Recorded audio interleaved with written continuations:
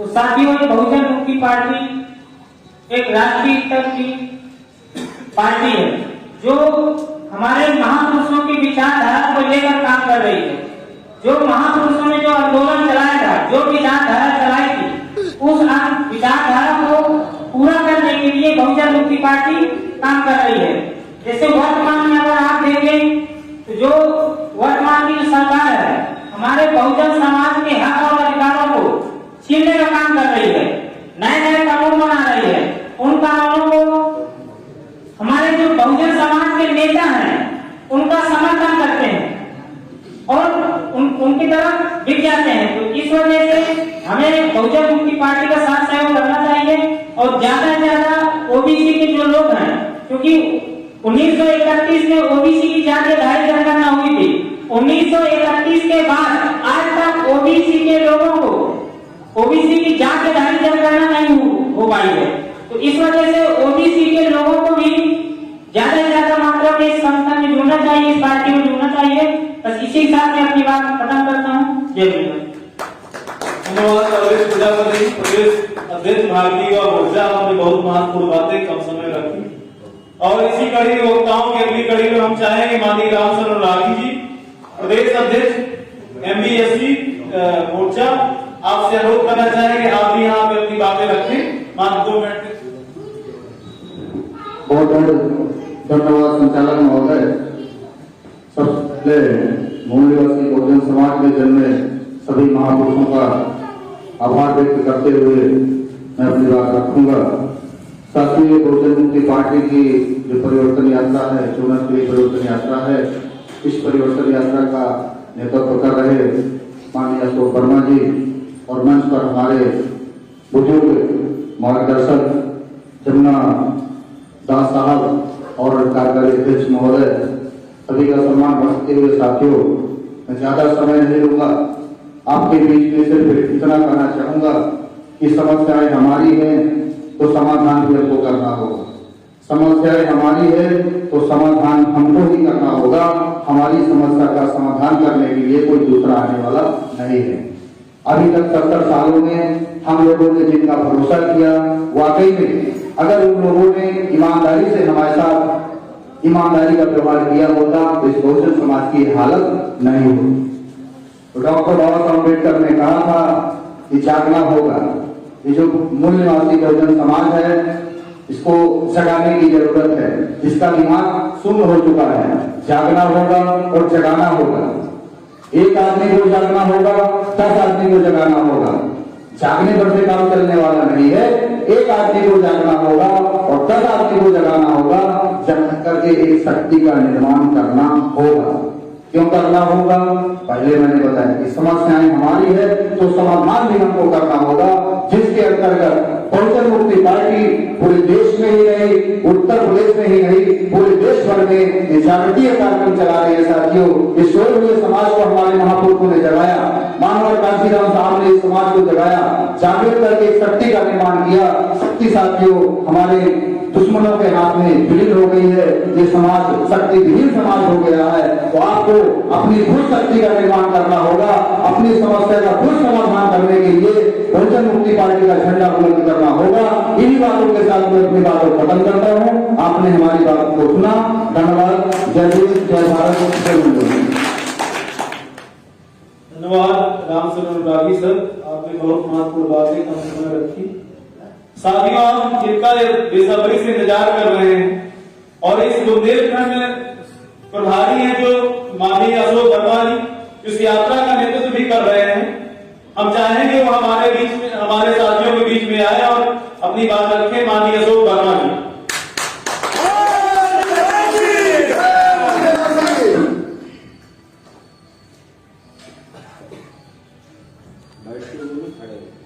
ठीक है,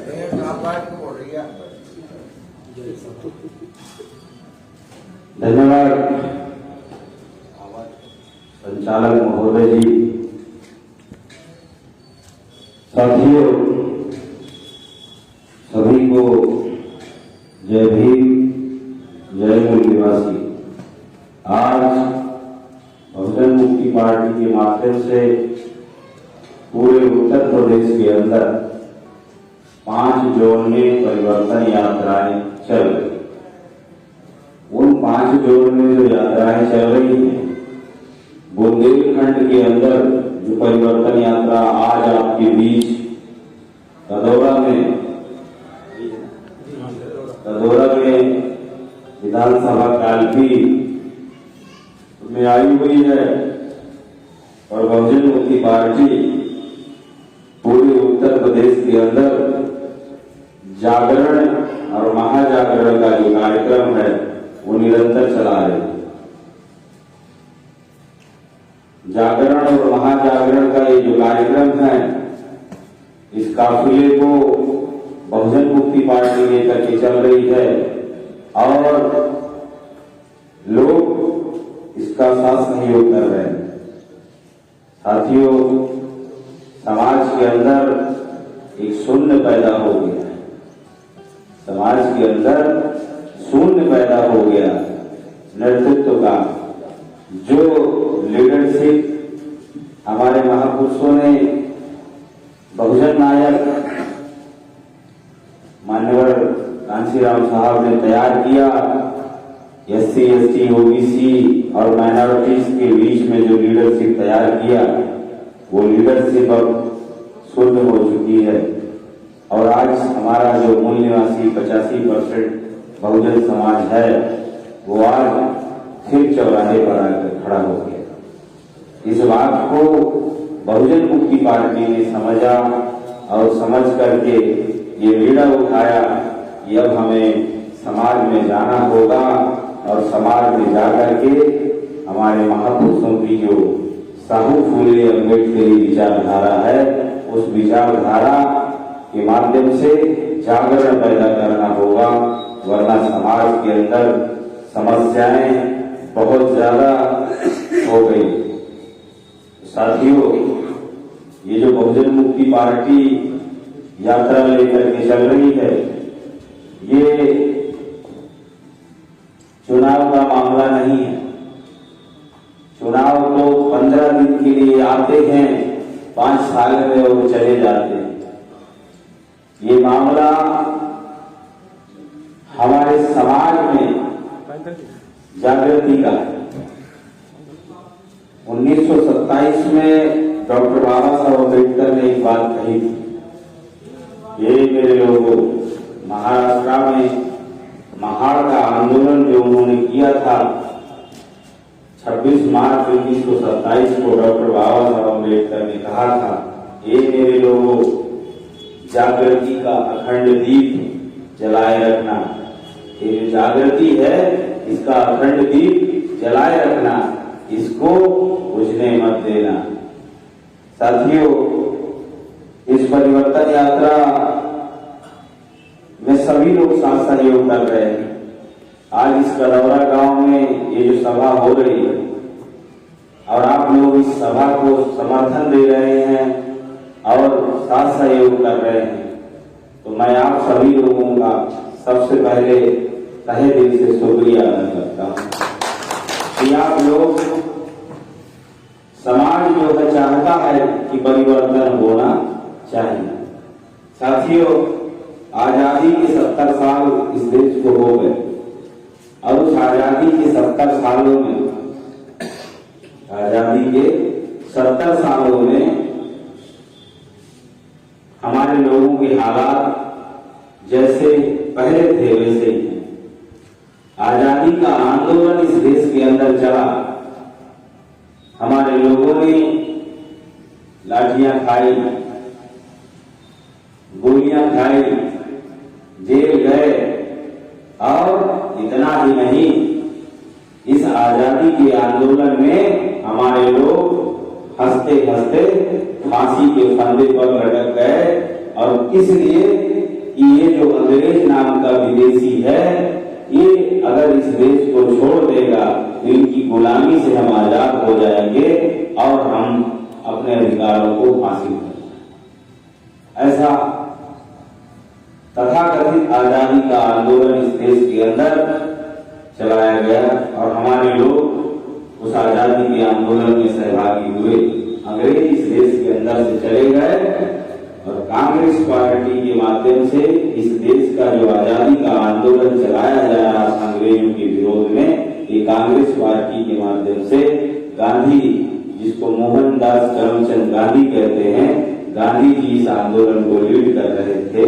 तो जब अंग्रेजों ने इस देश के अंदर सत्ता का हस्तांतरण किया तो गांधी जी ने अपना वीटो पावर लगा करके इस देश का प्रधानमंत्री पंडित जवाहरलाल नेहरू को बनाया।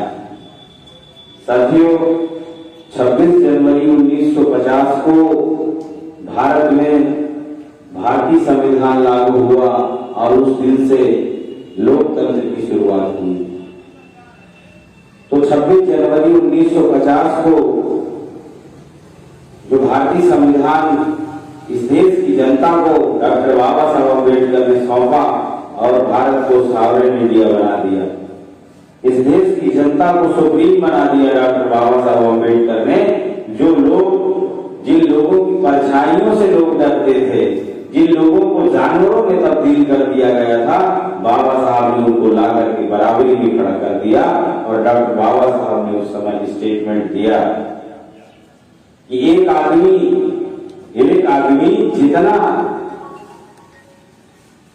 काम करता है और 10 लोग जितना काम करते हैं, वो 10 लोगों के बराबर का काम मैंने अपने जीवन में अकेले मेहनत करके किया और बड़े संघर्षों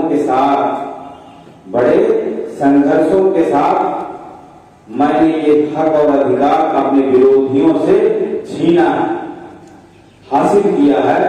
और जो जिस मेरे मूल निवासी जो बहुजन समाज है, इसके लिए शिक्षा के दरवाजे बंद थे, मैंने शिक्षा के दरवाजे खोल दिए। संपत्ति रखने का अधिकार नहीं था, मैंने संपत्ति रखने के दरवाजे खोल दिए। शस्त्र रखने का अधिकार नहीं था, मैंने शस्त्र रखने का अधिकार दिया। सत्ता पर राज करने का अधिकार नहीं था, मैंने आपको राजनीतिक रूप से बराबरी पर लाकर खड़ा कर दिया। और 1 वोट और 1 वैल्यू और 1 वैल्यू और 1 वोट का मैंने आपको अधिकार दिया। सामान्य रूप से सभी नागरिकों को मैंने एक लाइन में खड़ा कर दिया। क्योंकि साथियों, 26 जनवरी 1950 से पहले इस देश के अंदर राजा रानी के पेट से पैदा होता, राजा रानी के पेट से पैदा होता था। बाबा साहब अम्बेडकर ने रानी का ऑपरेशन कर दिया और राजा बाबा साहब ने कहा अब ये मत बेटी से पैदा हो, ये बैलेट से पैदा होगा, रानी के पेट से पैदा नहीं होगा। रानी का ऑपरेशन करके रानी और रानी को एक लाइन में खड़ा कर दिया डॉक्टर बाबा साहब ने। जिनकी पंछाइयों से डरते थे, बाबा साहब ने एक लाइन में एक शब्द में खड़ा कर दिया। तो साथियों, उस समय बाबा साहब अम्बेडकर ने कहा कि ये जो लोकतंत्र भारत में लागू हुआ है, अगर इस देश के अंदर सामाजिक जो असमानता है, इसकी खाई को अगर पूरा नहीं किया गया, भरा नहीं गया, इस सामाजिक जो असमानता है इसको अगर खत्म नहीं किया गया और जो आर्थिक असमानता है उसको भी अगर नहीं खत्म किया गया, तो ये जो खाई हो गई है अगर इसको भरा नहीं गया, तो एक दिन लोकतंत्र को मानने वाले लोग लोकतंत्र की धज्जियां उड़ा करके रख देंगे। मेरा सवाल ये है, आपको इस देश में 70 साल आजादी के हो गए, आपको कहीं लोकतंत्र नजर आता है? आता है नहीं लोकतंत्र नजर? नहीं आता। क्यों? क्योंकि 26 जनवरी 1950 को जब संविधान लागू हुआ और गांधी ने इस देश के अंदर अपनी शक्ति का और वीटो पावर का इस्तेमाल करके पंडित जवाहरलाल नेहरू को देश का प्रधानमंत्री बना दिया। और पंडित जवाहरलाल नेहरू ने इस देश के अंदर जो लोकतंत्र था वो लोकतंत्र लागू नहीं होने दिया। और इस देश के अंदर इन मनुवादी पार्टी के लोगों ने, इस व्यवस्था को मानने वाले और चलाने वाले लोगों ने लोकतंत्र की जगह इस देश में लूट तंत्र खड़ा कर दिया।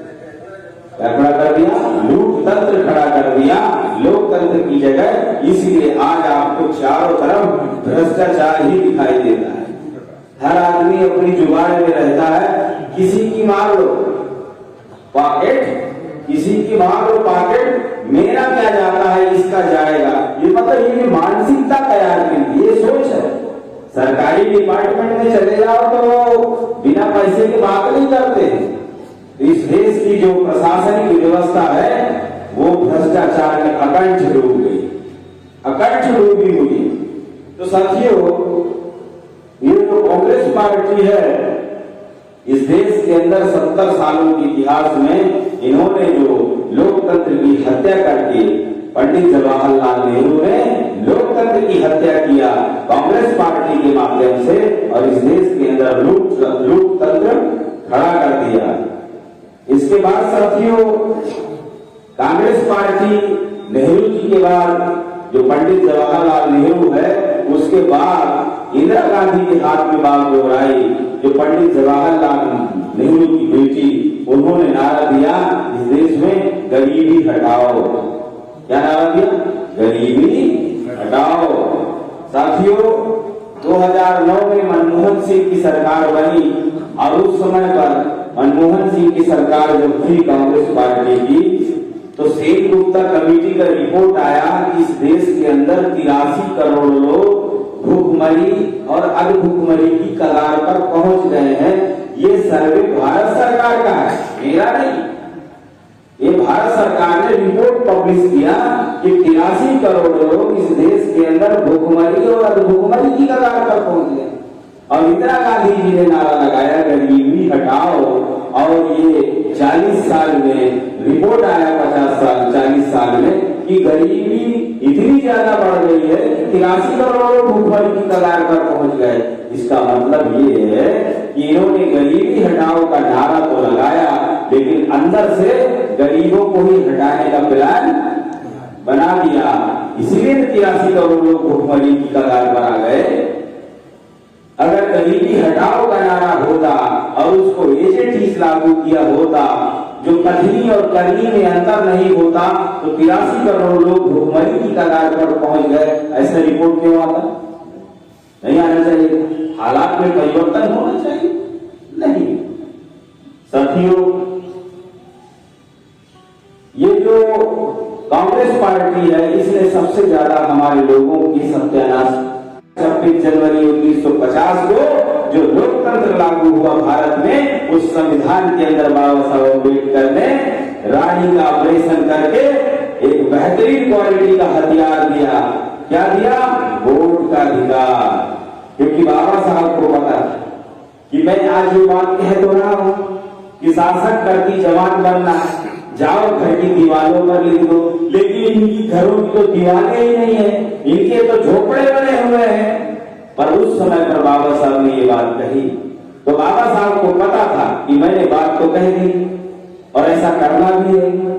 ये हमारा अंतिम लक्ष्य है कि इस देश के अंदर मूल निवासी 85% बहुजन समाज का मानसिक विकास होना चाहिए। ये हमारा अंतिम लक्ष्य है। सत्ता पाना हमारा अंतिम लक्ष्य नहीं है, सत्ता से भी आगे हमारा लक्ष्य है कि मेरे मूल निवासी 85% बहुजन समाज का मानसिक विकास होना चाहिए। तो बाबा साहब को लगा कि मेरे लोगों के मान में, सम्मान में, स्वाभिमान में, इनकी सत्ता और संपत्ति में तो कोई बढ़ोतरी होती नहीं है। ना इनकी सत्ता है, ना इनके पास संपत्ति है, ना ही इनका कोई मान सम्मान है, इनकी बढ़ोतरी तो कुछ होती नहीं है। इनको सिर्फ अगर बढ़ती है तो इनकी उम्र बढ़ती है, वही है इनके पास, और कुछ नहीं है, उम्र बढ़ती है। तो बाबा साहब अम्बेडकर ने 1 वोट 1 वैल्यू, 1 वैल्यू 1 वोट का अधिकार जो दिया और बेहतरीन क्वालिटी का हथियार बनाया। इस देश के जो मनवादी व्यवस्था के लोग हैं, उनको तो मालूम ये हथियार है, उन्होंने इस्तेमाल करना शुरू कर दिया। साथियों, उस समय पर जब ये हथियार चलता था तो ये एक धारी बना हुआ था, और ये हमारे लोगों पर ही चलता था। कांग्रेस पार्टी के माध्यम से उस समय पर हमारे लोगों के वोट को दबाव डालकर वोट ले लिया जाता, दबाव डालकर वोट लिया जाता था, धमकाकर लिया जाता था, डराकर लिया जाता था, प्रेशर करके लिया जाता था, और इससे भी काम नहीं चलता था तो बूथ कैप्चरिंग कर लिया जाता। बूथ कैप्चरिंग से भी ज्यादा काम न चलता था तो सत्ता और शासन की जो भनक थी, पेटी की पेटी ही बदलवा देते थे और हमारे लोगों सिर्फ लाइन लगा करके वोट डालने का काम कर रहे हैं। साथियों, कांग्रेस पार्टी ने और इन मनवादियों ने बाबा साहब अम्बेडकर की विचारधारा और आंदोलन को जमीन में खोद कर गाड़ दिया। क्या किया?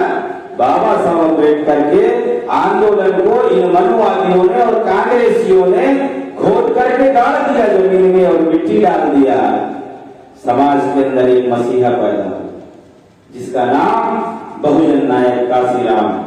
बहुजन नायक मान्यवर काशीराम साहब ने फिर खोदा जमीन से और बाबा साहब की जो विचारधारा और आंदोलन था उसको ऊपर लेकर आए। और जब उन्होंने देखा कि मेरे समाज के ये हालात है तो उन्होंने नारा दिया। क्या नारा दिया पता? वोट हमारा, राज तुम्हारा, नहीं चलेगा, नहीं चलेगा। काशीराम साहब को पता चल गया था कि ये एक धारी तलवार है, ये एक ही तरफ काटेगी। तो वो समाज में गए और समाज में जाकर नारा दिया, वोट हमारा, राज तुम्हारा, नहीं चलेगा, नहीं चलेगा। इसके बाद दूसरा नारा दिया। ये जो नारा होते हैं, नारा दिया जाता है, ये नारा लगाने के लिए नहीं होता है। इन नारों के पीछे रणनीति छुपी होती है, इनमें रहस्य छुपा होता है। हमारे लोग इधर से फूंक से निकालते हैं और कान से सुनते हैं उधर से निकाल देते हैं, उसका चिंतन नहीं। इसलिए हमारे लोगों को समझ में नहीं आता। क्यों? क्योंकि नीति हमारे पुरखों ने हमको दी है, रणनीति नहीं दी है। युद्ध की जो रणनीति है वो वर्तमान की परिस्थितियों का आकलन करने के बाद रणनीति तय की जाती है कि युद्ध हमें किस कला से करना है। तो उस समय पर उस मान्यवर साहब को पता चला और उन्होंने कहा, वोट हमारा, राज तुम्हारा, नहीं चलेगा, नहीं चलेगा। तो जो एक धारी तलवार थी उसको दूसरी तरफ से धार लगाने का काम शुरू हो। जैसे जैसे धार लगती गई तो कुछ दिनों के बाद मान्यवर साहब ने नारा दिया और कहा, जिसकी जितनी संख्या भारी उसकी उतनी हिस्सेदारी। लगाया? आओ मेरे लोगों, तुम्हारी संख्या लोकतंत्र में है, अपनी हिस्सेदारी के लिए खड़े हो जाओ।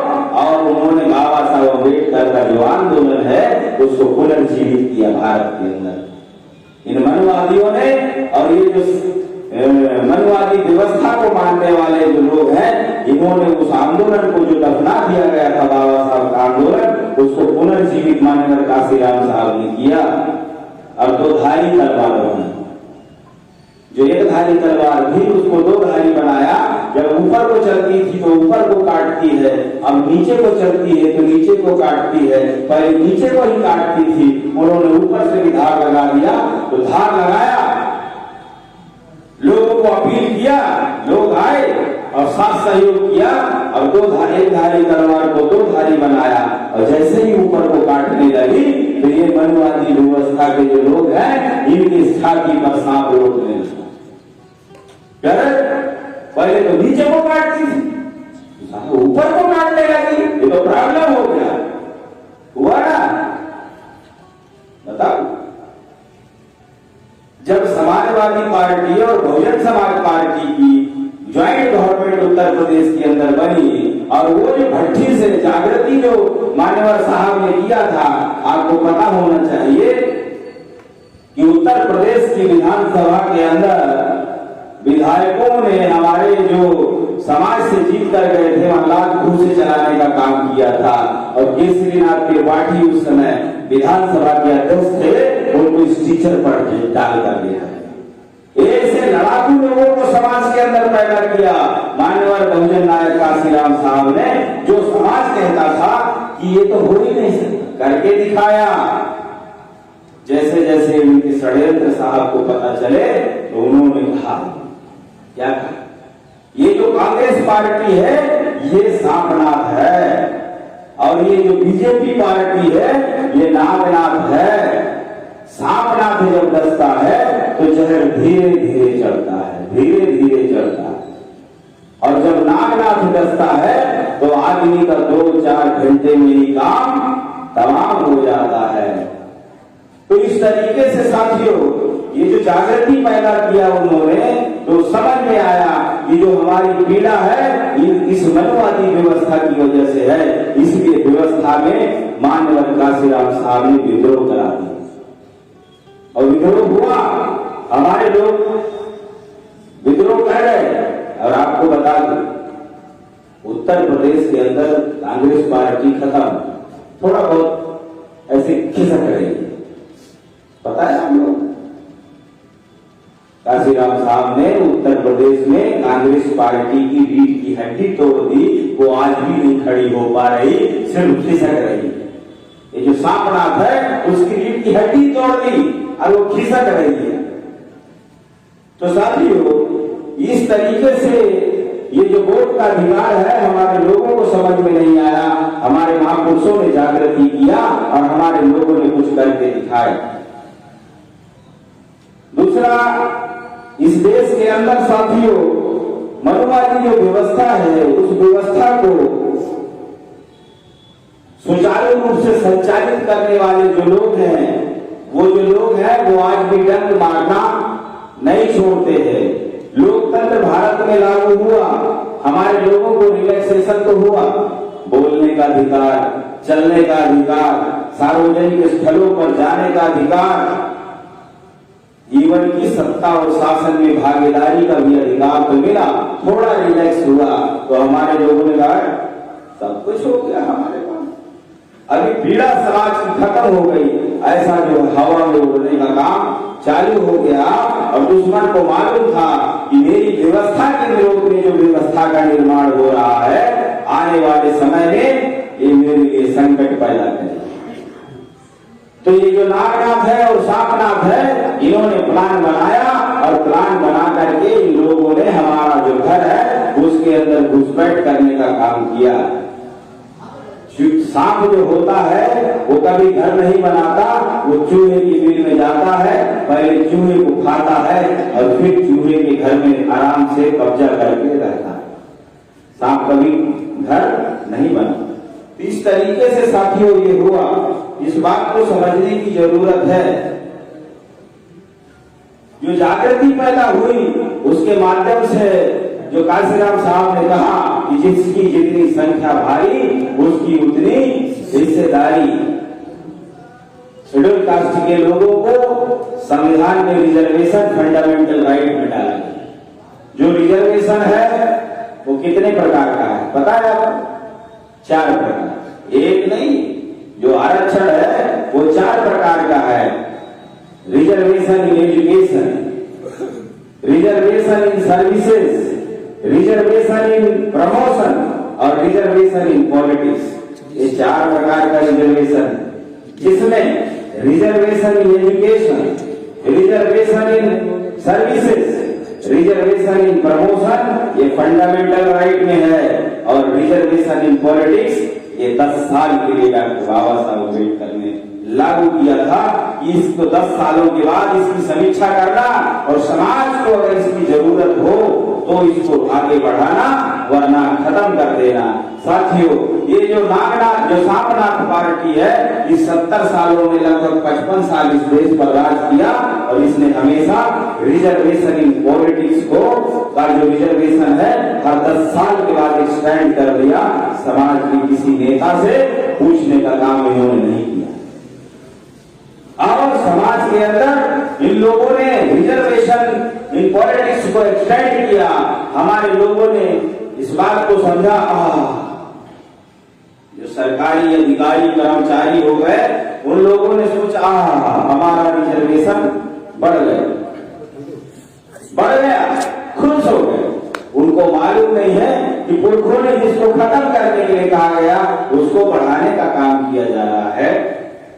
साथियों, ये जो रिजर्वेशन इन पॉलिटिक्स है इसके माध्यम से हमारे लोगों नेताओं पर पूना पैक्ट लागू कर दिया और पूना पैक्ट लागू करके इन लोगों को गुलाम बना दिया गया। आज इस देश के अंदर पार्लियामेंट में 131 मेंबर पार्लियामेंट बैठे हैं। कितने? 131 मेंबर पार्लियामेंट है, लेकिन कोई भी समाज के मुद्दों पर बोलने को तैयार नहीं है। वहां जाकर एकदम चुप बैठे।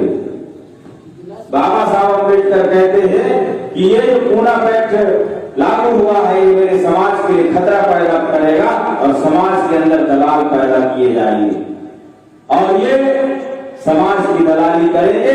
आज समाज तड़प रहा है, समाज के अंदर व्यभिचार हो रहा है, बलात्कार हो रहा है, लूटपाट हो रहा है, मर्डर हो रहा है, डकैती हो रही है।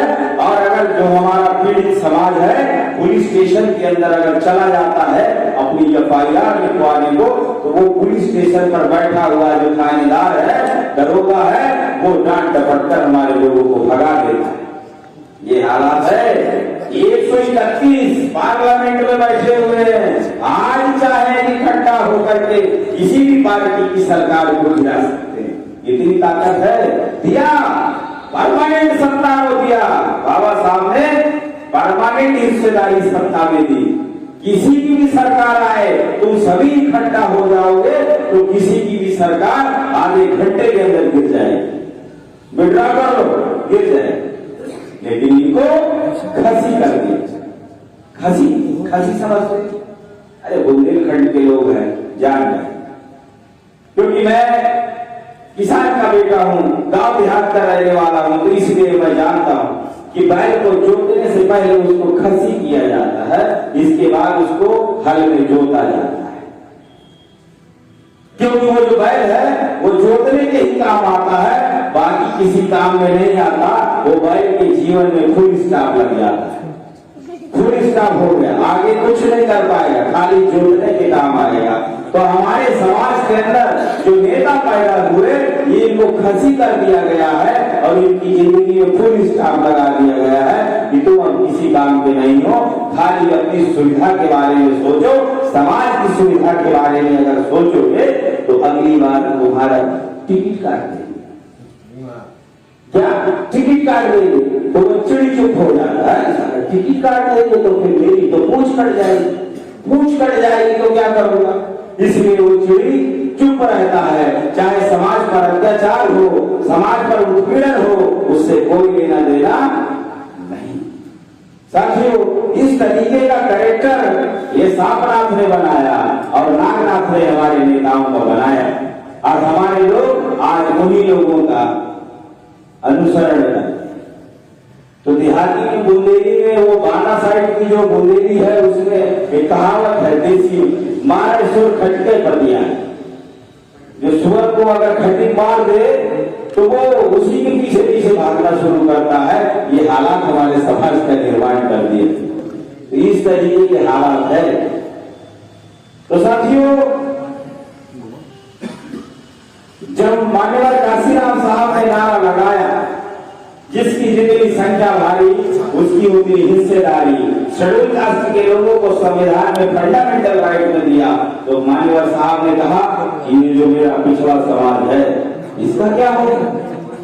तो मान्यवर काशीराम साहब ने पिछड़े वर्ग के लोगों को जागृत किया और इस देश के अंदर मंडल कमीशन का आंदोलन हाईलाइट किया। जो मंडल कमीशन का जो आंदोलन है, मंडल कमीशन का जो आंदोलन है, उस समय पर अलग अलग समाज में जो लोग थे, इसका लीडिंग फंक्शनिंग मान्यवर बहुजन नायक काशीराम साहब के हाथ में था। वीपी सिंह की सरकार बनी जनता पार्टी के माध्यम से और वीपी सिंह की सरकार को देवीलाल और ये जो दूसरे जो समाज बहुजन समाज के नेता लालू यादव, शरद यादव, रामविलास पासवान, एचडी देवगौड़ा, इन सभी लोगों का और देवीलाल के माध्यम से प्रेशर डाला, मंडल कमीशन लागू करो वरना कुर्सी खाली करो। वो डर गए और उसने दबाव में आकर मंडल कमीशन लागू कर दिया और ओबीसी के लोगों को 27% रिजर्वेशन मिला। ये बहुजन नायक काशीराम साहब की देन है। शेड्यूल कास्ट के लोग ओबीसी के लोगों के लिए लड़ाई लड़े और संघर्ष किया और उस समय पर ओबीसी के जो लोग थे वो उस समय पर कमंडल के आंदोलन में जा रहे थे और जो कमंडल का आंदोलन था वो लाल कृष्ण आडवाणी के नेतृत्व में चल रहा था। तो नारा लगाया गया कि रामलला हम आएंगे मंदिर वहीं बनाएंगे, रामलला हम आएंगे मंदिर वहीं बनाएंगे। जितना भी ओबीसी के नेता थे वो कमंडल के पीछे चले गए और इधर संवैधानिक अधिकार के लिए इनकी मंडल की लड़ाई बहुजन नायक लड़ रहे थे। साथियों, उस कमंडल की लड़ाई में जो लीड करने वाले लोग थे, विनय सिंह कटियार, उमा भारती, साध्वी नीतांबरा, कल्याण सिंह, ये सब ओबीसी के नेता हैं। ये कमंडल के आंदोलन को आगे बढ़ा रहे थे। और साथियों,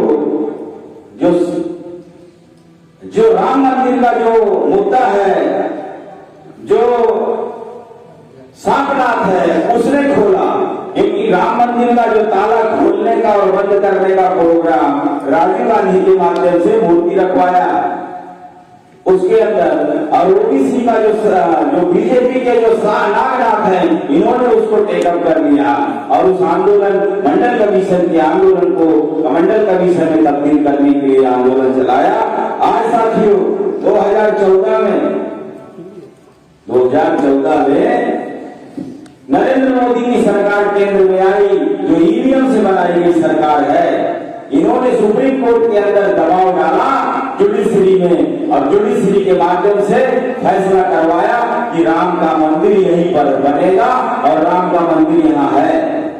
लेकिन जब वो खोदने का वाला जो डिपार्टमेंट है, वो पुरातत्व विभाग, वो जो पुरातत्व विभाग है, उसने खुदाई किया, वहां बुद्ध मिल रहे, बुद्ध की मूर्तियां वहां मिल रही हैं, और ये खोद रहे हैं राम का मिलेगा।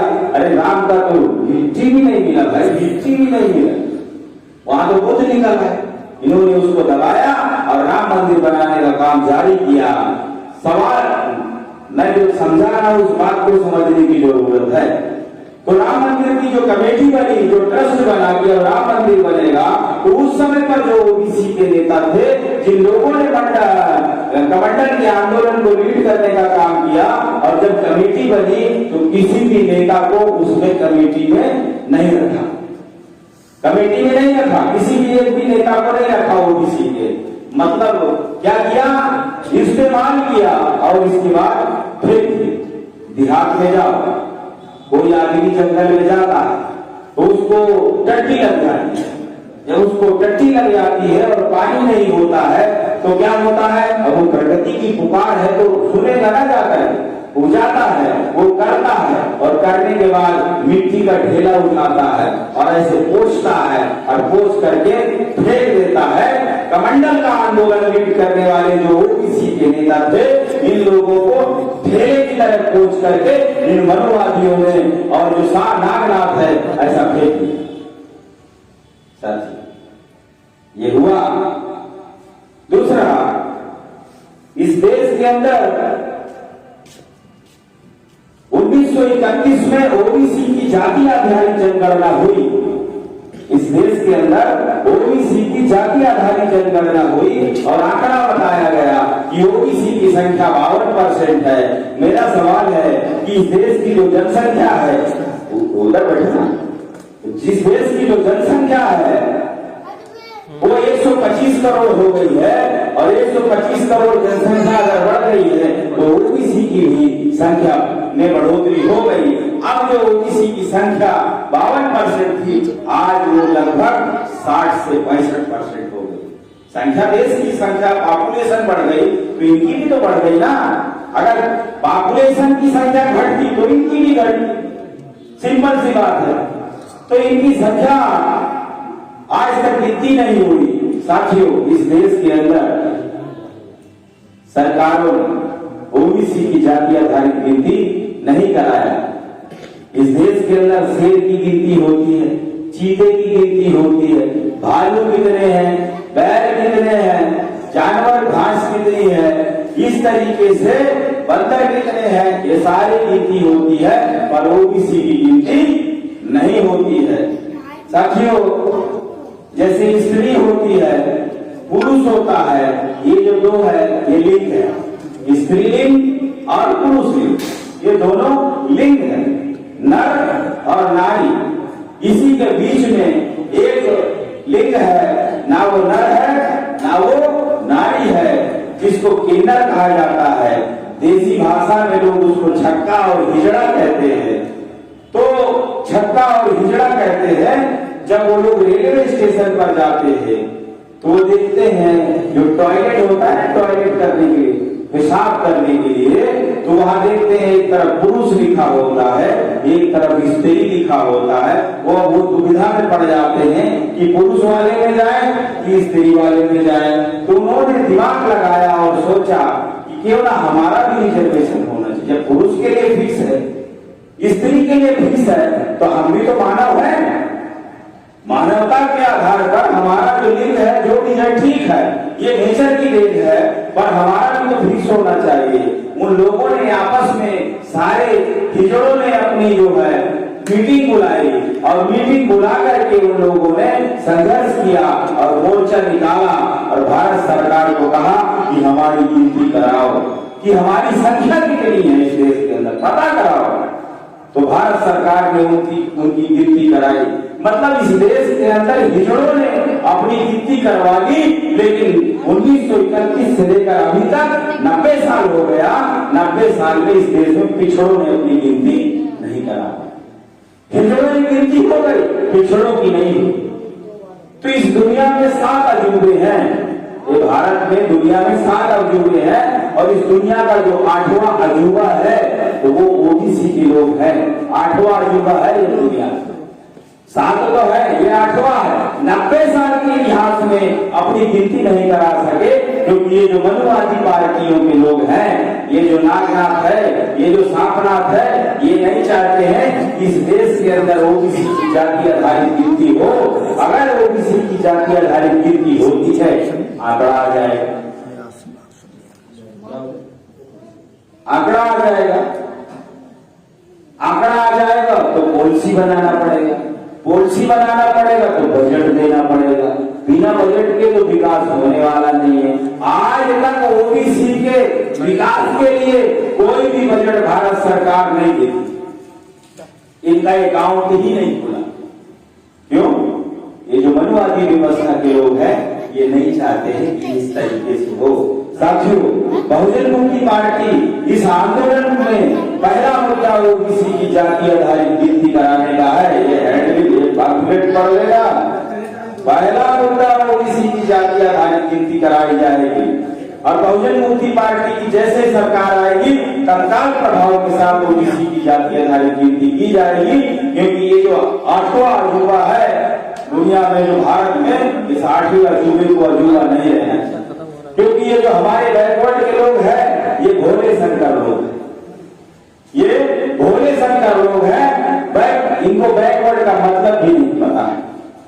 बैक माने पीछे और वर्ड माने संसार। ये मुलायम सिंह कहते थे कि मैं बताता हूं कि बैकवर्ड का क्या मतलब होता है। तो कहते थे बैक माने पीछे और वर्ड माने संसार। जो दुनिया में सबसे पीछे है वो बैकवर्ड है।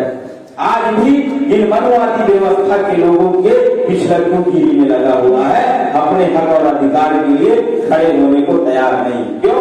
तो उसके दिमाग में इन मनुवादियों ने इतना भूसा भर दिया है, इतना ज्यादा भूसा भर दिया है जो पता ही नहीं चलता साला कितने हजार क्विंटल भूसा भर दिया। वो भूसा निकालने का काम हमको करना होगा पहले इनके दिमाग से। खड़े हो जाओ, अपने अधिकार के लिए खड़े हो जाओ, अपने बच्चों के अधिकार के लिए खड़े हो जाओ, अपनी नस्लों के अधिकार के लिए खड़े हो जाओ, इस देश के लिए खड़े हो जाओ, क्योंकि ये देश आपका है, आप इस देश के मूल निवासी हैं। ये करना होगा। जैसे ही बीएमपी पार्टी को अधिकार मिलेगा, सत्ता आएगी, शासन में आएगी, सबसे पहले ओबीसी की जाति आधारित गिनती कराएगी। क्योंकि साथियों, ये मनोवादी व्यवस्था के जो नागनाथ और सांपनाथ है, ये ओबीसी की जाति आधारित गिनती कराने वाले नहीं हैं। तो दूसरा साथियों, इस देश के अंदर सांपनाथ ने बहुत ज्यादा डसा और डसते डसते 70 साल में ये हालात कर दिया कि 83 करोड़ लोगों को भूख के मुंह में खड़ा कर दिया। तो सोचा गड़बड़ हो रहा है। उन्होंने धीरे धीरे दूध खुद ही पिलाया और नागनाथ को बड़ा कर दिया। जो नागनाथ है उसको बड़ा कर दिया और उन्होंने कहा कि इस देश के अंदर ज्यादा हो रहा है, अभी क्या करना होगा। ये जो झंझट है ना मूल निवासियों का, ये बढ़ रहा है, इनकी संख्या बढ़ रही है और ये जागृति जो संविधान की वजह से इनको हक और अधिकार मिला है, ये डेवलप हो रहे हैं, आरक्षण की वजह से डेवलप हो रहे हैं, संविधान का जो सेफगार्ड इनको मिला हुआ है उसकी वजह से ये तरक्की कर रहे हैं। तो क्या करना होगा, अब इस नागनाथ को लाना होगा। क्योंकि सांपनाथ धीरे से काटता है, तो कांग्रेस पार्टी है वो हल्लू हल्लू काटती है। हल्लू हल्लू का मतलब समझते हो? बिल्कुल धीरे धीरे धीरे धीरे। और एक होता है धीरे धीरे काटना, एक होता है झटके के साथ काटना। तो ये जो बीजेपी है, ये जो सांपनाथ है, ये नागनाथ है, ये झटके के साथ काटता है। अभी उसने काटा झटके के साथ। बताता 2-3 बातें ही करूंगा, 2-3 मुद्दे पर आप लोगों से।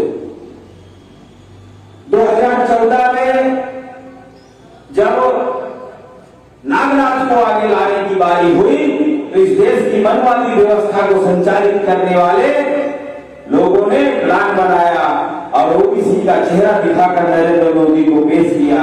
नरेंद्र मोदी ने कहा, मैं छोटी जाति का हूं, मैं चाय बेचने वाला हूं, गरीब का बेटा हूं, ये लोगों मैं देशभक्त हूं, मैंने अपनी लुगाई को छोड़ दिया, आप मेरा साथ दो। लुगाई समझते? लुगाई बीवी, घरवाली को छोड़ दिया, लुगाई को छोड़ दिया और मेरे साथ दो।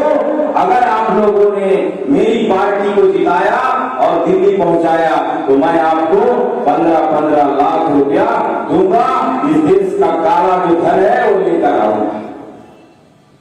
हमारे लोगों ने कहा, देखो कितना देशभक्त आदमी है भाई, बहुत बड़ा देशभक्त है, परिवार का ध्यान नहीं दिया, स्वदेश के लिए परिवार को त्याग दिया। इससे बढ़िया आदमी क्या हो सकता है? उनको पता ही नहीं है कि रणवीर को आपने इस देश का प्रधानमंत्री बना दिया। 15 लाख का जब ऐसे हवा भरा तो हमारे लोगों ने नारा लगाया, हर हर मोदी घर घर मोदी। लगाया 15 लाख के चक्कर में कहा हर हर मोदी घर घर मोदी। इन लोगों ने वोट लेकर के ईवीएम में षड्यंत्र करके अब दिल्ली पहुंच गए। मोदी जी ने कहा, अरे मैंने तो वादा किया। अब लोगों ने कहा भेजो 15-15 लाख, महीने 2 महीने 4 महीने 6 महीने हो गए भैया, भेजो 15-15 लाख। तो उसने क्या कहा, जाओ और खाते खुलवाओ। हमारे लोगों को थोड़ा उम्मीद आ गया, खाता जीरो बैलेंस का खुलवाओ, पैसा नहीं है, जल्दी जाओ जीरो बैलेंस का खाता खुलवाओ। लोगों को लगा अब 15 लाख आने वाले, अब 15 लाख पक्का आने वाले हैं। मोदी जी ने जो बात कही थी वो करके दिखाएंगे। तो हमारे लोग चले गए, जीरो बैलेंस का खाता खुलवा दिया। उधर से मोदी जी ने प्रशासन के लोगों को कहा, बैंक के लोगों को, इनको बोलो जीरो बैलेंस का खाता, जीरो बैलेंस रखने से कुछ नहीं होता, इसमें थोड़ा पैसा जमा करो। हमारे लोगों ने किसी से उधार लेकर के, कर्ज लेकर के, मजदूरी करके 1500 उसके बैंक के अकाउंट में पैसा डाला तो जो जीरो वाला था वो प्लस में आ गया। जब प्लस में आ गया तो मोदी जी ने कहा, इस देश के अंदर बहुत ज्यादा संकट आ गया है और मंदी आ गई है और बजट नहीं है, सरकारी जो खजाना है बैंक का, रिजर्व बैंक का, वो खत्म हो रहा है। तो ऐसा करो, ये जो खाते हैं इसमें से थोड़ा थोड़ा निकाल लो। तो किसी से 100, किसी से 400, किसी से 500, जिसका जैसा झटका मारा वो कटता चला गया और कई हजार करोड़ रुपया इन लोगों ने लोगों का निकाल लिया। उनको मालूम था कि ये तो 85% समाज है, ये तो नंगा भूखा है, इसके पास तो कुछ है नहीं, इनके पास लंगोटी बची हुई है। तो उन्होंने सोचा कुछ तो देंगे नहीं, तो 2-400 जो मिल रहा है वही ले लो, भागे भूख की लंगोटी ही सही। हमारे लोगों की लंगोटी भी छीन दी और हमारे लोगों ने क्या नारा लगाया था, हर हर मोदी घर घर मोदी। मैं गांव में जा रहा था, वहां पर छोटे छोटे बच्चे नारा लगा रहे थे और कह रहे थे, हर हर मोदी घर घर खोदी, हर हर मोदी घर घर खोदी। खोदी का मतलब खुदाई कर डालेगा, घर घर एक एक घर को खोद के फेंकवा देगा। आज की शिक्षा को खोद रहा है, कई महीने से स्कूल बंद है। दारू की दुकान पर कोरोना नहीं होता, स्कूल में हो जाता है। कोरोना भी अच्छा बहुत समझदार है, क्या है, रात को 10 बजे आता है, सुबह 5 बजे चला जाता है। जहां पर जिस राज्य में चुनाव होता है कोरोना वहां पर नहीं जाता है, कह देता है मैं बंगाल में नहीं जाऊंगा, चुनाव हो रहा है।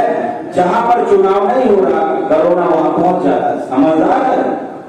तो साथियों, इस तरीके से इन्होंने हमारी जो शिक्षा व्यवस्था है उसको खोद डाला। मास्टर को तनख्वाह मिलेगी फुल, इसका मतलब होता है कि बने रहो लुल और वेतन लो फुल। इन्होंने वेतन कर दिया फुल और बच्चे हमारे घूम रहे हैं। हमारी शिक्षा व्यवस्था को चौपट कर दिया और चौपट करने के बाद उन्होंने क्या कहा, दूसरा काम शुरू किया। देखो कैसे काट रहे, डस रहा है, सांप दागना।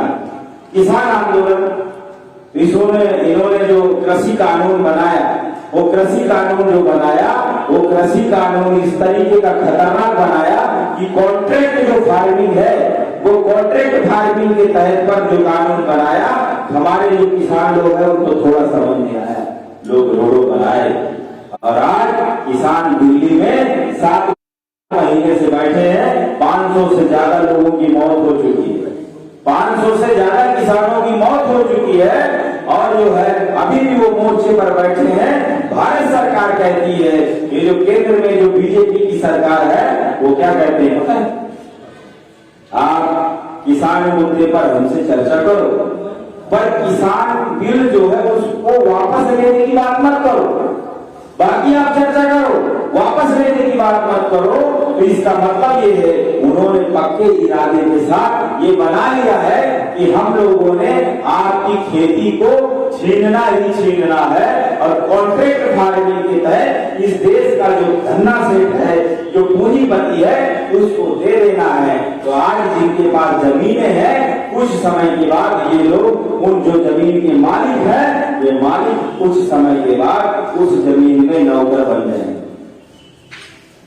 इस देश में जो आजादी से पहले जो जिम्मेदारी प्रथा थी और जो पिछड़े वर्ग की जो जातियां हैं और शेड्यूल कास्ट की और पिछड़े वर्ग की जो जातियां हैं, जिन लोगों के पास जमीनें हैं, ये लोग संविधान लागू होने से पहले अर्ध गुलाम जातियां थी। जिम्मेदारों की क्या थी, जिम्मेदारियों की अर्ध गुलाम जातियां थी, जिम्मेदारी प्रथा थी। उस जिम्मेदारी प्रथा को वो कानून बनाकर अब लागू कर रहे हैं। इसीलिए केंद्र में बीजेपी सरकार इस कानून को लेकर के पीछे हटने के लिए तैयार नहीं है। वो जिम्मेदारी प्रथा फिर से वापस ला रहे हैं।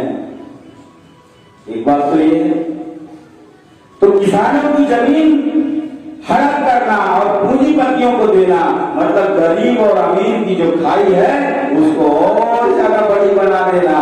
और जो हमारे लोग थोड़ा बहुत जीवन यापन करते हैं मजदूरी और खेती में मजदूरी करके, हमारा जो किसान और मजदूर है उसको सफाई करने का प्रोग्राम बना दिया, मतलब व्यवस्था से बाहर खदेड़ देने का प्रोग्राम इन्होंने बनाया।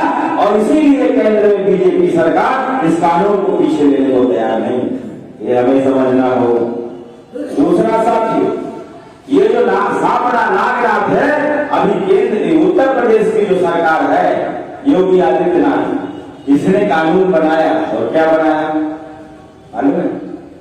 जनसंख्या नियंत्रण का कानून बनाया। उधर क्या हवा भरते, देखो मुसलमानों के 8-8 तो 10 बच्चे होते हैं, वो लोग इस देश पर कब्जा कर लेंगे, ऐसा कर लेंगे, वैसा कर लेंगे। इसलिए हमारे जो SC, ST, OBC और माइनॉरिटीज में जो SC के लोग हैं, ST के लोग हैं, OBC के लोग हैं, माइनॉरिटीज में जो हिंदू, जो सिख है, बुद्धिस्ट है, जैन है, लिंगायत है, उन लोगों के सभी के दिमाग में क्या कहते हैं, तुम सभी लोग हिंदू हो और ये मुसलमान लोग देश पर कब्जा कर लेंगे, सबसे ज्यादा इन्हीं के बच्चे हैं, इसीलिए हमने इनको खदेड़ने का प्रोग्राम बनाया। इसीलिए हम कृषि कानून, ये जनसंख्या जो कानून हम लेकर आए हैं, ऐसा वो लोगों को बता रहे हैं, लेकिन ऐसा नहीं है। क्या शेड्यूल कास्ट के और OBC के जो लोग हैं, इनके बच्चे 4 नहीं है, 4 बच्चे हैं, किसी के 3 बच्चे हैं। अरे बहुत कम लोग होंगे जिसके 2 होंगे, 1 होगा। हमारे ही लोग हैं, मतलब 2 बच्चे वाले को राशन कार्ड मिलेगा, 2 बच्चे वाले को सुविधा मिलेगी और 3 बच्चे वाला ये कहां जाएगा? तो इसीलिए मैं कहता हूं कि 2 बच्चे वाले को अगर मिल गया, SC के लोगों, ST के लोगों, OBC के लोगों, अगर खुद को बचा दिया 2 बच्चे के चक्कर में, फिर भी इन पर झांसेबाजों पर भरोसा मत करना, वापस अपने पास आना। और जिनको निकाल दिया, इस व्यवस्था से खदेड़ने का काम किया, जिसके 3 से ऊपर है, मैं उन सभी लोगों को कहता हूं कि ये जो नागनाथ है और ये सांपनाथ है और जो हमारे SC-PC की जो पार्टियां हैं, ये भी चिड़ी चुप होकर के बैठे हैं और ये मुद्दे को उठा नहीं रहे हैं। इन सबके पिछवाड़े पर लात मारो और बहुजन मुक्ति पार्टी का दामन थामो और बहुजन मुक्ति पार्टी के साथ खड़े हो जाओ। बहुजन मुक्ति पार्टी आपकी लड़ाई को लड़ेगी, क्योंकि ये वैचारिक जो संघर्ष इस देश के अंदर चल रहा है, वो वैचारिक संघर्ष के बगैर हमारे लोगों को सफलता मिलने वाली नहीं है। साथियों, आज हमारे समाज का कोई भी नेता बोलने को तैयार नहीं है, फांसी कर दिया गया, चुप बैठे हैं। ईवीएम के मुद्दे पर कोई बोलने को तैयार नहीं, जेल जाने से डरते। अरे मरने से डरते हो तो समाज के अंदर पैदा ही क्यों हुए हो? क्यों समाज की ठेकेदारी लेकर के आए थे? हम समाज का कल्याण करेंगे, आप तो दुश्मन की लाइन में जाकर के खड़े हो गए, एक नागनाथ और सांपनाथ की पिटारी में जाकर के बैठ गए हो और समाज की बात करते हो, समाज के साथ गद्दारी कर रहे हो। पर ये मेरे समाज के लोगों, ये मूल निवासियों, अब इस बात को समझो कि ये जो नागनाथ की पिटारी में बैठे हुए हैं और सांपनाथ की, इन पर भरोसा मत करो, ये भी डस रहे हैं क्योंकि ये आस्तीन के सांप हैं। इन आस्तीन के सांपों से बचो, जिनसे हमारी लड़ाई है, जिनसे हमारा संघर्ष है, वो तो खुले में लड़ रहे हैं, वो तो खुले में लड़ रहे हैं। ये जो आस्तीन के सांप पैदा हो गए हैं, इनसे बचने की जरूरत है। इसलिए हमने ये ऐलान किया बहुजन मुक्ति पार्टी ने कि हम इस देश के अंदर बहुजन सम्मेलन करेंगे, हम अपने समाज का सम्मेलन करेंगे भाई, हम बहुजनों का सम्मेलन करेंगे, अपने लोगों को इकट्ठा करेंगे और जो हमारे लोग हैं उनकी तकलीफों पर उन चर्चा करेंगे, उनकी समस्याओं पर चर्चा करेंगे और उनके अंदर चेतना पैदा करके संघर्ष के लिए खड़ा करेंगे। ये है परिवर्तन यात्रा का मकसद, बहुजन मुक्ति। तो साथियों, इस तरीके से जो शिक्षा व्यवस्था को खत्म कर दिया, प्रशासन से खदेड़ने का मामला है, वो जो पेंसिल होती है ना, डंडा होता है, उसमें एक लड़की फोटो बना 2 बच्चों का, एक इधर बैठा होता है, एक पीछे बैठा होता है ना, स्कूल में बना होगा, देखा होगा पेंसिल। उसमें क्या लिखा है? पढ़ेगा भारत तो बढ़ेगा भारत। इनकी कथनी और करनी में अंतर है, और चला करके हम इन पर राज करेंगे, ऐसी वो नीति पर काम कर रहे हैं। आज हमारे समाज को सेका लग रहा है, पता चल रहा है, जो चेतना थोड़ा बहुत आई उससे पता तो चल रहा है, लेकिन कुछ करने लायक नहीं। जिन पर भरोसा किया उन लोगों ने भरोसे को तोड़ दिया और वो लोग भी हमारे विरोधियों के खेमे में जाकर के बैठ गए। तो इसी में बुद्धिजीवी ने कहा है कि मेरा मुंसिफ ही मेरा कातिल निकला। हम बचा लेते अपने आप को, परंतु मेरा मुंसिफ ही हमारा कातिल निकला। हमने जिसको अपना मुंसिफ माना, अपना मसीहा माना, अपना नेता माना, वही हमारा कातिल निकला। साथियों, ये समझने की जरूरत है। तो अब जो है उन लोगों की बस का नहीं है, तो ये लड़ाई हमें लड़नी होगी। ये बहुजन मुक्ति पार्टी मूल निवासी 85% बहुजन समाज के लिए घर तैयार कर दिया, ये विकल्प तैयार कर दिया हम लोगों ने। ये लोगों, अब घर गिरने वाला है, घर बना करके मर जाओगे अगर वहां बैठे रहोगे। बाहर निकलो और ये जो बहुजन मुक्ति पार्टी नाम का जो घर बना है, इसमें शिफ्ट हो जाओ, आ जाओ और चुपचाप इधर से इधर हो जाओ, बस इतना ही करना है, ज्यादा कुछ नहीं करना है। तो ये करना होगा साथियों, इस बात को समझने की जरूरत है। आखिरी बात बोलना, बहुत सारी बातें हैं पर आखिरी बात, ये जो नागनाथ है और सांपनाथ है और ये जो मनुवादी व्यवस्था को चलाने वाले लोग हैं, इन्होंने प्लान बनाया। ये नरेंद्र मोदी की जो सरकार है, ये देशद्रोहियों की सरकार है। इनके जो लोग हैं, ये देशद्रोही लोग हैं, ये संविधान को नहीं मानते, इन्होंने इस देश के अंदर नई संसद बनाने का प्रस्ताव रखा और नई संसद भवन बनाने का काम चालू कर दिया। अभी 15 दिन पहले कोई महामंडलेश्वर कहता है अपने आप को, जतेंद्र गिरी महाराज नाम का आदमी, उसने बयान दिया और कहा कि नई संसद में नए संविधान के साथ प्रवेश होना चाहिए। इसका क्या मतलब है? पुराना फेंक देना चाहिए, पुराना खत्म कर देना चाहिए। ये बताओ कि आज हमारे लोग जो SC, ST, OBC और माइनॉरिटीज के हैं, अगर इनको अधिकार समानता का आज है और आज इनको सांस लेने का अधिकार है और ये चैन से थोड़ा बहुत जिंदगी जी रहे हैं, ये भारतीय संविधान की बदौलत है। अगर भारतीय संविधान खत्म हो गया तो ये बताओ मुझे, क्या उनके बनाए हुए संविधान में हमारे जो लोग हैं इनको कहीं जगह होगी? कहीं नहीं होने वाली। वो देने वाले नहीं है। वो चाहते हैं कि ये मुर्दा कौम बनी रहे और हम इन पर राज करते रहें। तो बाबा साहब अम्बेडकर कहते हैं कि मुर्दा कौमें जिंदा कौमों की जागीर होती है। मुर्दा कौमें जिंदा कौमों की जागीर होती है। वो आज भी हमारे लोगों को अपनी जगीर मानते हैं। जिसको चाहे बलात्कार कर देते हैं, जिसको चाहे उठा लेते हैं, जिसको चाहे मार देते हैं, जिसको चाहे गाली दे देते हैं, जिसको चाहे उसकी संपत्ति छीन लेते हैं। क्यों? क्योंकि उनको पता है कि हम लोगों ने इनके दिमाग में धर्म का वो इंजेक्शन ठोका हुआ है कि ये साले जागने वाले नहीं है, इसलिए बेहोशी में है। जितना मार सकते हो इनको मारो और मार लो। कर रहे हो तो वो कभी चाहेंगे कि हमको अधिकार संपन्न बनाए, वो कुर्सी पर बैठाए, वो आपको इस देश की सत्ता चलाने देंगे?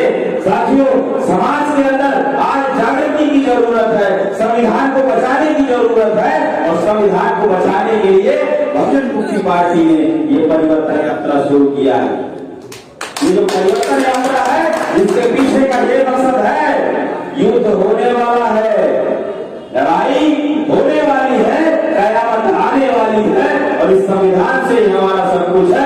अगर हमने इसको नहीं बचाया तो हमारे लोगों की दास्तान भी नहीं मिलेगी। दास्तानों में कयामत आने वाली है। इस कयामत को आने से पहले बहुजन मुक्ति पार्टी मैदान में आ गई है और उसने कहा कि झंडे से काम चलाएंगे। उसने कहा, बहुजन मुक्ति पार्टी ने क्या कहा?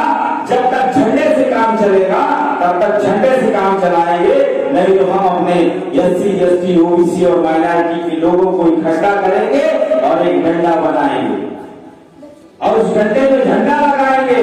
जब तक झंडे से काम चलेगा तब तक झंडे से काम चलाएंगे। जब झंडे से काम नहीं चलेगा तो झंडे को निकाल कर जेब में रखेंगे और फिर डंडा का इस्तेमाल करेंगे। तो साथियों, जो हमारे विरोधी हैं और ये मनुवादी हैं, ये झंडे की भाषा समझने वाले नहीं है, ये डंडे की भाषा समझेंगे। तो डंडा क्या है? ये जो समाज है ना हमारा, ये डंडा है, इसको इकट्ठा कर लो। ये डंडा इतना ज्यादा मजबूत हो जाएगा कि चलाने की जरूरत भी नहीं है। हमारा विरोधी वैसे ही सूसू कर देगा, भाग जाएगा छोड़कर। तो ये करने की जरूरत है। बहुजन मुक्ति पार्टी गारंटी लेकर आई। कोई भी नेता आता है, मैं आपके ऐसा कर दूंगा, वैसा कर दूंगा, आपका विकास कर दूंगा, उसको बोलो नेताजी 60 साल से आपने हमारा बहुत विकास कर दिया है, अब इतना ज्यादा विकास मत करो। फिर भी आप आए हो और मैं आपका स्वागत करता हूँ। आप विकास जरूर करना चाहते हो, मैं ऐसा मान भी लेता हूँ, पर एक बात करना होगा। आपको कहेगा क्या करना होगा? उसको बोलो कि जो जो आप हमारे लिए करना चाहते हो उसको स्टैम्प पेपर पर लिख करके दो, 100 रुपए के छाप करके दो, तो हम आपको वोट दे सकते हैं। अगर वो देने के लिए तैयार है, वो अगर देने के लिए तैयार है तो उसको वोट दे सकते हो। अगर वो स्टैम्प पेपर पे लिख करके नहीं देता 100 रुपए के, जो उनके पार्टी के मुद्दे हैं, उन एजेंडों को अगर वो 100 रुपए के स्टैम्प पेपर पे नहीं देते हैं तो ऐसा करने का नेताजी फिर इधर उधर झांकेगा, क्योंकि उसकी तो कोई औकात नहीं है।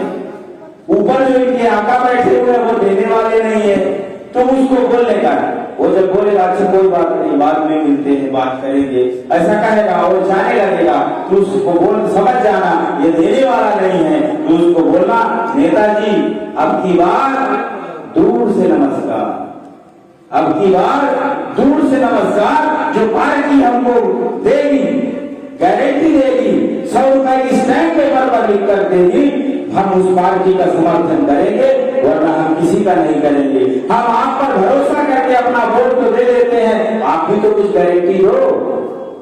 अब नेता की कॉलर नहीं पकड़ सकते हो, कोई बात नहीं, उसको पिटाई नहीं कर सकते हो, कोई बात नहीं, लेकिन अपनी बात कह तो सकते हो, इतनी तो हिम्मत है। तो साथियों, ये समझने की जरूरत है। तो बहुजन मुक्ति पार्टी 100 रुपए के स्टैंप पेपर पे लिख करके देगी, और आज इस देश को, इस देश का जो संविधान है उसको बचाने की जरूरत है, वो बचाना होगा, और नहीं बचाएंगे तो हमारा कुछ भी रहने वाला नहीं है, सब कुछ खत्म हो जाएगा। आप लोगों ने मेरी बात को ध्यान से सुना, आपका धन्यवाद, आभार, जय मूल्यवान।